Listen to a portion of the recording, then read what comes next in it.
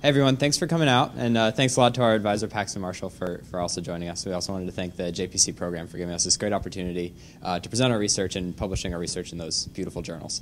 So before we get started, we wanted to get you into the mindset of the target audience for our project.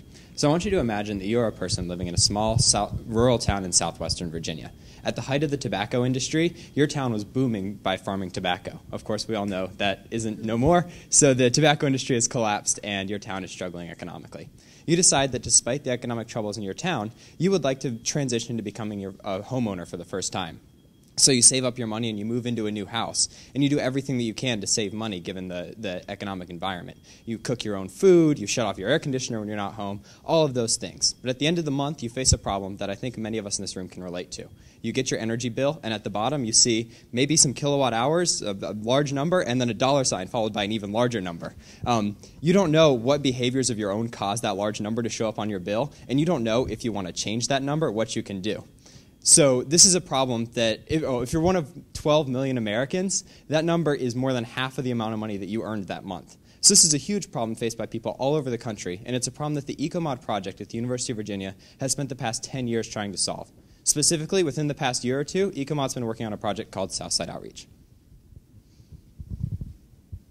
ecoMOD is a research and educational project that works with a team of graduate and undergraduate students. They also work with affordable housing organizations to create sustainable, prefabricated housing units.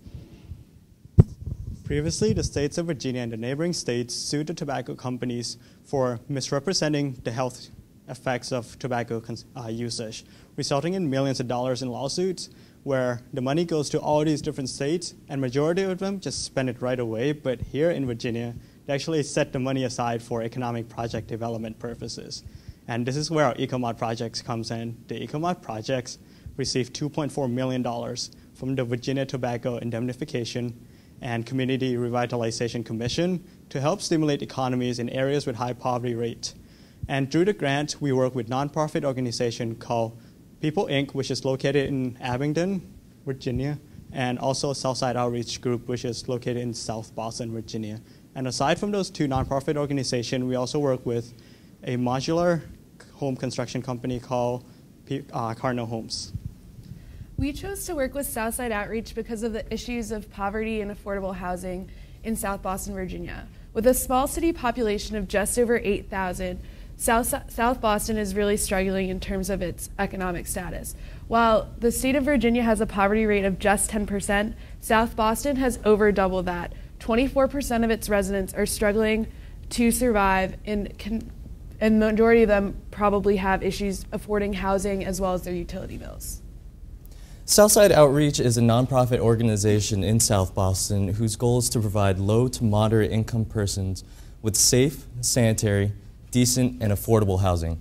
ecoMOD is working with Southside Outreach in order to build new, sustainable houses that meet this goal. Southside Outreach owns many homes throughout South Boston, and ecoMOD is providing 2 homes as part of a pilot program to test the effectiveness of the Passive House Standard. One of the homes being built in South Boston, Virginia is being built to the Passive House Standard. The Passive House Standard is the highest building standard that uses a specific set of design and construction principles to increase the efficiency of the house as well as improve the environment and of the inhabitant that's going to be living there. These units designed by ecoMOD for People Inc. and Southside Outreach were constructed in partnership with Cardinal Homes. Cardinal Homes is a modular builder, which means that these units were built at their facility in Southern Virginia off-site. The units are built in pieces in different phases of construction at once, and so this allows the process to be more efficient and to save time and money. Once the pieces of the units have been finished pre-construction, they're transported to the site where they'll be put together in a puzzle-like fashion on top of the foundation. This is a current picture of what is going on at the Southside Outreach site in South Boston, and as you can see, we're in the final stages of construction, and we're hoping that the residents will be able to move in the next couple months. So this is an exciting project, and we think it'll really make a huge difference for the lives of people living in Southside Outreach, especially the ones that get to live in these exciting new houses. But it doesn't go far enough, we thought, to the people that we told you about at the beginning of the presentation. The people that decide to become a homeowner and move into these homes, despite the fact that their homes are really cool and high-tech, at the end of the month will still get a power bill that still has a number at the bottom that the people living in the house don't know what behaviors of their own cause those numbers, and they don't know what they can do to change them. So realizing that this project was really exciting, but realizing that there was room for improvement specifically for the people living in the homes, we created a JPC team called ecoMOD Project Southside Outreach. And before we get a little bit further into telling you exactly how our project changed this dynamic, we'd like to introduce ourselves. So my name's Chris. I'm a fourth year studying computer science. I'm Steven. I'm an electrical engineering major. I'm San. I'm also an electrical engineering major. I'm Katie. I'm an architecture student. And I'm Brianna. I'm also an architecture student. We also worked with our faculty advisors, Paxton Marshall and John Qualley, and our student mentors, Michael Britt and Justin Altus. Realizing the issue of demystifying energy consumption was nearly impossible, our team decided to divide the problem up into meaningful measurements.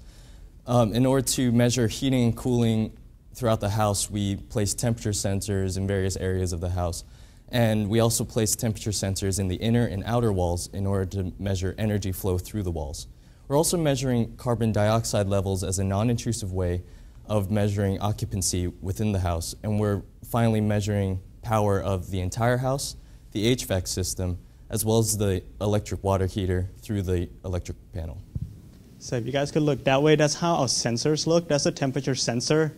It's a long wire, and at the end of it, there's a silver tip, and that measures the space temperature. And on the other end of that wire, there's a connector that goes into the node. And the node is then transmitting the data wirelessly to a receiver, which can be anywhere within the house, which is connected to a computer. That's how we transfer our data to our server. And so why would we want all these sensors flowing through the house? Well, the temperature sensors that are tracking the heat losses can actually help explain why during the extreme weather months your electricity bill is so high. For example, during the month of December or January when it's very cold outside, if your house is poorly insulated, your space is going to be very cold. So the heater would have to operate more frequently, and that results in higher electricity bill. And in order to quantify the numbers from our heater, Stephen mentioned earlier that we placed the power monitoring system for the HVAC, the water heater, and the whole house consumption.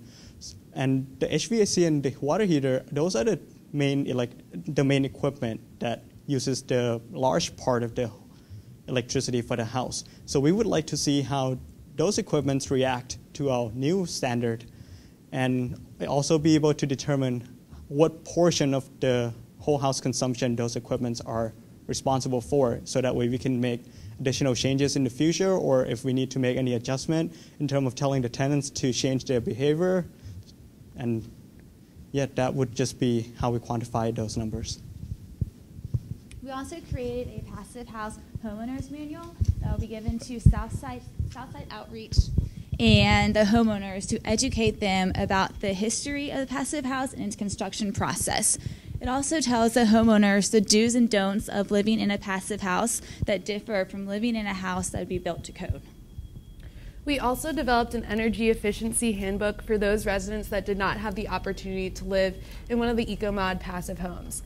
This will allow these residents to make small and simple changes in their daily lives and potentially have major impacts on their utility bills. For example, by switching off your DVD player when it's not in use, you can save enough energy each year in your home to power the entire house in one full day. So we're really excited about this project, and we've been working on it for more than a year. But of course we know that not every project always goes according to plan. Unfortunately, when we wrote our JPC proposal, we expected that the houses would be completed and people would be moved in time for us to start working on our part of the project in time for the fall. Unfortunately, the houses still look like the picture that we showed you a few slides ago, and we actually think that's a good thing. Passive house standard is so incredibly hard to implement, and the ecoMOD project wanted to make sure that it implemented that standard perfectly. We're really glad that ecoMOD took the extra time to pay attention to all those little details, but there's still a lot of work left to do for our project to do once the houses look a little bit more like that.